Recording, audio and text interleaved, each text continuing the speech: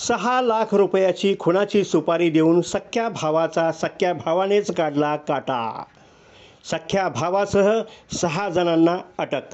स्थानिक गुन्हे अन्वेषण आणि जयसिंगपूर पोलिसांची मोठी कौतुकास्पद कारवाई.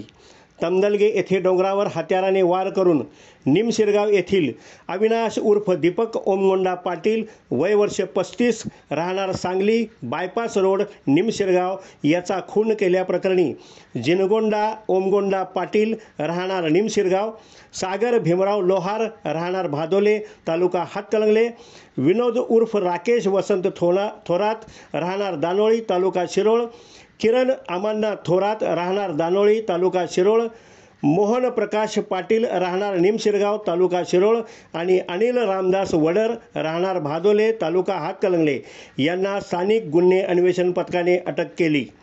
अधिक माहिती अशी की शिरोळ तालुक्यातील निमशिरगाव येथे मंगळवार दिनांक 27 मे 2025 रोजी तमदलगेच्या डोंगरावर अनोळखी व्यक्तीने धारदार हत्याराने अविनाश उर्फ दीपक ओमगोंडा पाटील याचा खून झाला होता.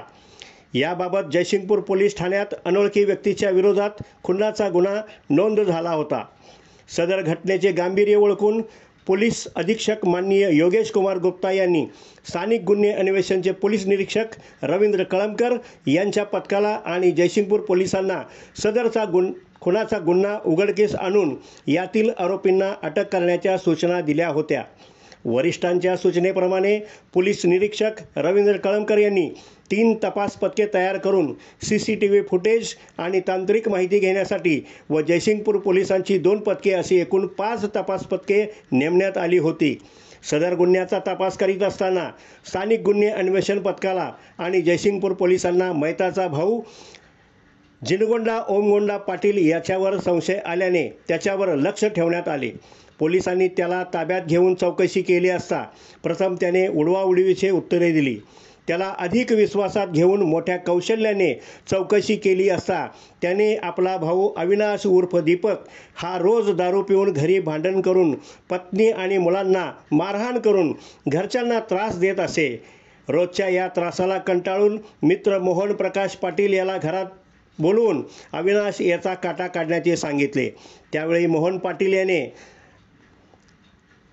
आपल्या ओळखीच्या राकेश उर्फ विनोद थोरात याला बोलवून अविनाशला ठार मारायचे असल्याचे सांगितले. त्यावर अविनाशला ठार मारण्यासाठी 6 लाख रुपयाची खंडणीची मागणी केली.